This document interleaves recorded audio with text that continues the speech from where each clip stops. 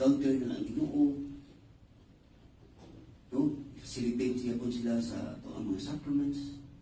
So doon ay grabe nga training ani.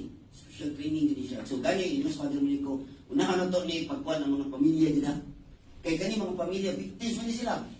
So, usan is part of training. Ang family sa mga PDLs. Because they are also victims. So, as I said, 70% of our prisoners are drug-related cases. So, usan din sa atong ikuan nila. No? So, mo ni ang ato ang nga, nindot kani mga brothers and sisters kay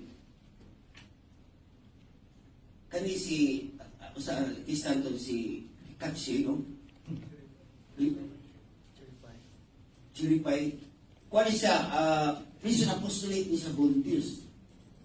Unya, ipantay niya mama. Grabe ang challenge siya ba? Kaya nagsibisyon niya sa mga prisoner, no?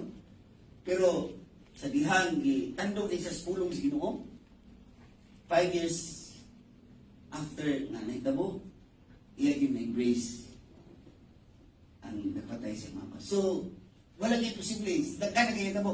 Dagkan sa itong mga volunteers na in-honor situation na nakapasahilo din sila.